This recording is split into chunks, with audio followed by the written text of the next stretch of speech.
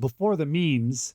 I'm gonna have to go with no on that. I am not a lizard. Before the metaverse. But seriously, the legs are hard. Before the Ray-Bans. Hey Meta, remind me where I parked my car. Before the gold chain glow-up. Before the political theater. Would you like to do so now? Well, they're here. You're on national television. Would you like now to apologize to the victims who have been harmed by your product? Show them the pictures. Before he built the most powerful social network on Earth. 3.2 billion people use one of our services every day. Yeah, it's wild. More than a third of the planet. That's so crazy. Yeah, and it's almost half of Earth. Well, on a monthly basis, it is probably. Mark Zuckerberg was just a 19-year-old kid in a Harvard dorm room. And one night, he got drunk and built a website that would spark outrage and violate the rules of one of the world's most elite universities. But more than that, it exposed something deeper, the mindset behind the machine. What he built that night wasn't just a prank, it wasn't even that original, but it was powerful, and it became the dirty origin story for a platform that would reshape privacy, power, and the internet itself. But enough with the fun and games. It's time for everyone's favorite. Work. Mark Zuckerberg wasn't famous yet. He was just another sophomore with a personal blog called Zuck on it. Yeah, really, Zuck on it. A running journal where he posted about coding projects and vented about campus life. He'd already built something called Course Match, which let students see what classes their friends, and let's be honest, their crushes were taking. Sounds convenient, right? It was also built using unauthorized access to the school's course selection system. This was Zuck's pattern. Move fast, break rules, act shocked when someone notices. He jumped from Course Match to something more reckless. Because what he was about to do wasn't some innocent prank. It was calculated, it was clever, and it was illegal. October 28th, 2003, Kirkland House Dormitory, Harvard University. While most students were sleeping off the weekend, a drunk 19-year-old was wide awake, fingers flying across his keyboard. That night, Mark Zuckerberg wasn't only coding, he was narrating a recent breakup, in real time, on his personal blog.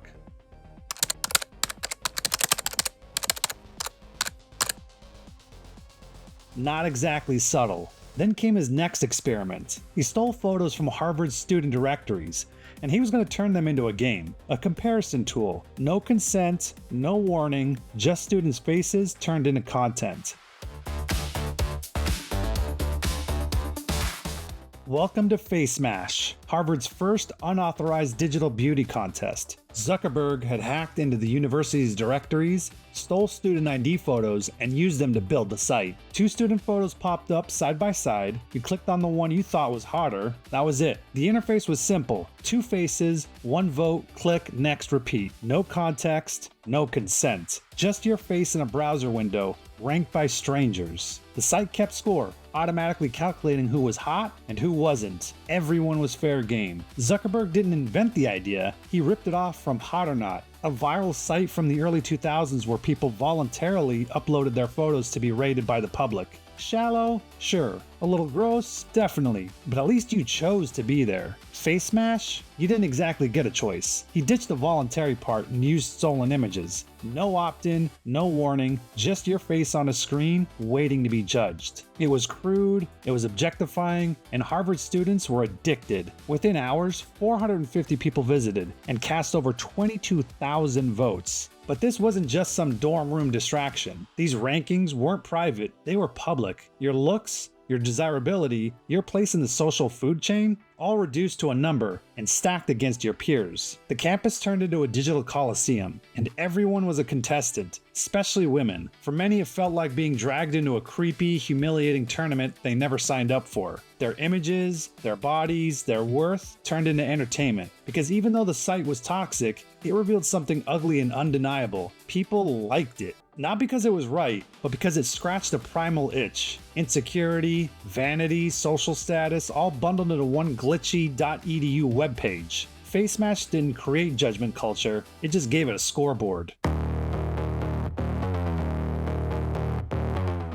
While students were busy clicking and judging each other, something else started to break. Zuckerberg's PC. Face Mash wasn't just popular, it was devouring bandwidth. And because he was hosting the site from his laptop, He had trouble even logging into it. Realizing he'd gone too far, he shut the site down around 10:30 p.m. But the damage was done. Screenshots had already made the rounds. Dorm halls and AIM windows lit up, and Harvard's student paper, The Crimson, had picked up on the scent. What started as a petty, late-night coding stunt had just blown up into a campus-wide scandal. And the question now wasn't just what Mark had done, it was how far he'd gone, and what Harvard was going to do about it.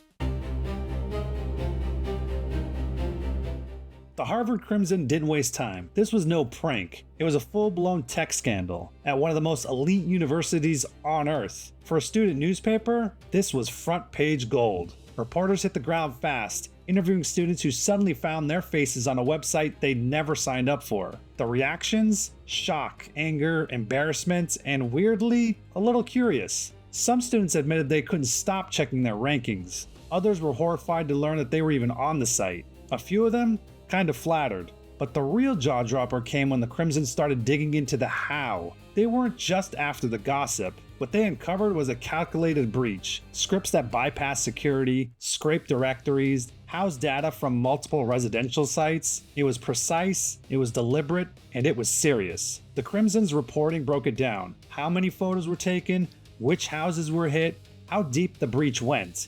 And suddenly what seemed like teenage coding gone too far now came with words like policy violations and legal implications. Campus opinion was divided. Some students called it harmless fun. People talk like this in dorms anyway, they argued. But others, especially women, saw it for what it was, a gross invasion of privacy, a platform for objectification. The backlash was instant.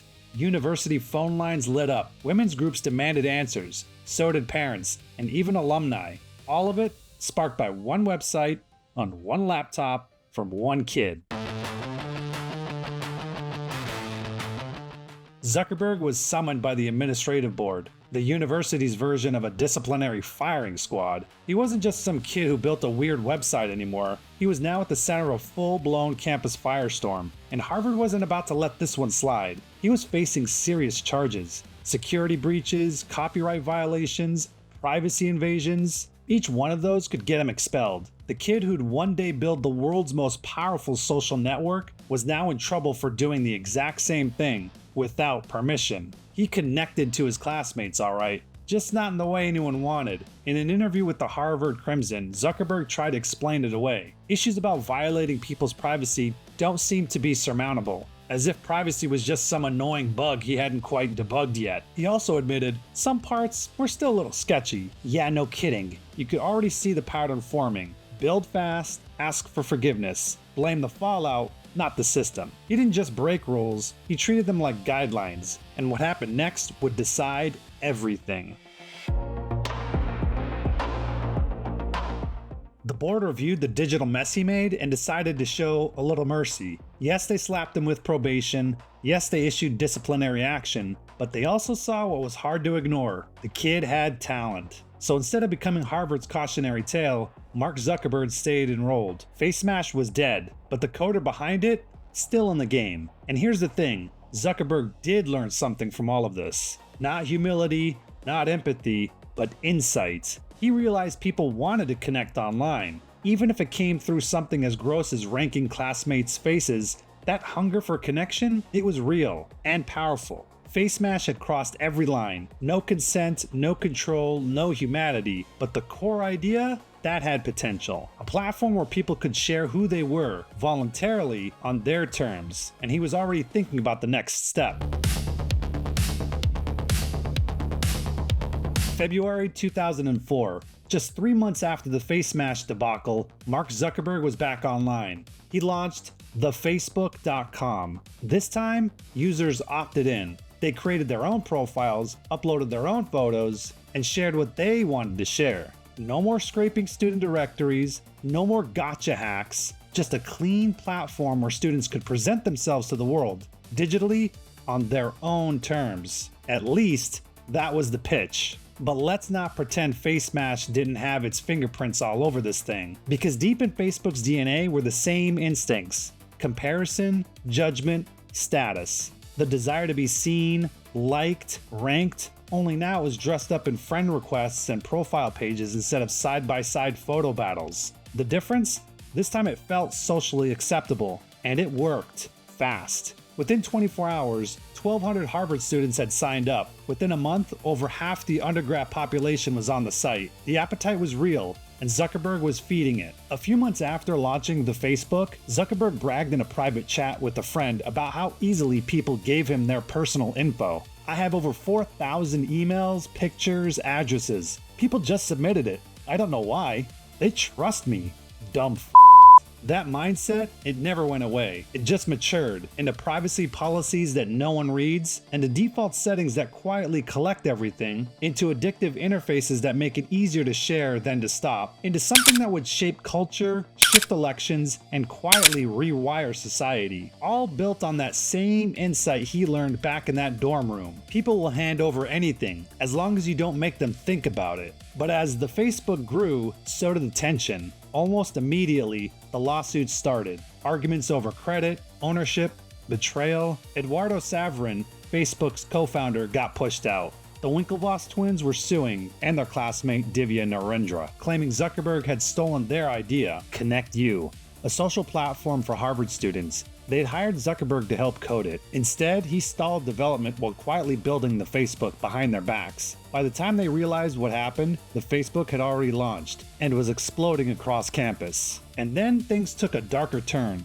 As the Harvard Crimson began investigating the Winklevoss claims, Zuckerberg allegedly took action behind the scenes. Using back-end access to Facebook, he monitored Crimson reporters, tracking login errors from students who accidentally typed their Harvard email password into the Facebook login screen. Then he reportedly used those recovered passwords to access their university email accounts. Why? To spy on what they were writing about him. No charges were filed, no formal punishment was issued, but the implication was clear. Zuckerberg wasn't just building a network, he was already weaponizing it. The mindset behind FaceMash hadn't disappeared, it had evolved. After working briefly with the Winklevoss twins on their rival site Connect You, Zuckerberg allegedly retained backend knowledge and email access, just enough to get back in.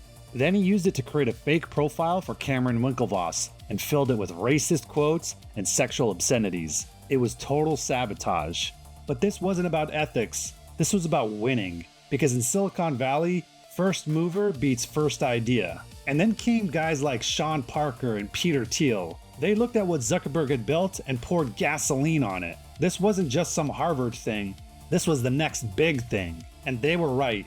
FaceMash might have been deleted, but its legacy, it was just getting started. Fast forward to now, Mark Zuckerberg isn't the awkward kid coding in a dorm room. He's the awkward CEO of a tech empire. Before we move off this privacy thing, and I thought that was a fascinating answer. Okay, you want to take off the hoodie? No, I never take off the I know you don't. There's a group of women in the audience that wish you would. no. Girls? Whoa. All right. I'm sorry. Yeah, that's okay. Maybe I should take off the hoodie. Take off the hoodie. Go ahead. Go ahead. Get here. Can you get some info? You all right? Yeah. This is a great moment in internet history. What? Yeah. Facebook is now Meta, a family of apps with billions of users. But here's the truth, FaceMash never really went away. Every privacy scandal, every lawsuit, every time Facebook is dragged in front of Congress for something like user exploitation or data misuse, you can still hear the echo of that October night in 2003. What was FaceMash, and is it still up and running? No, Congressman. FaceMash was a prank website that I launched in college in my dorm room before I started Facebook. There was a movie about this, or it said it was about this. It was of unclear truth.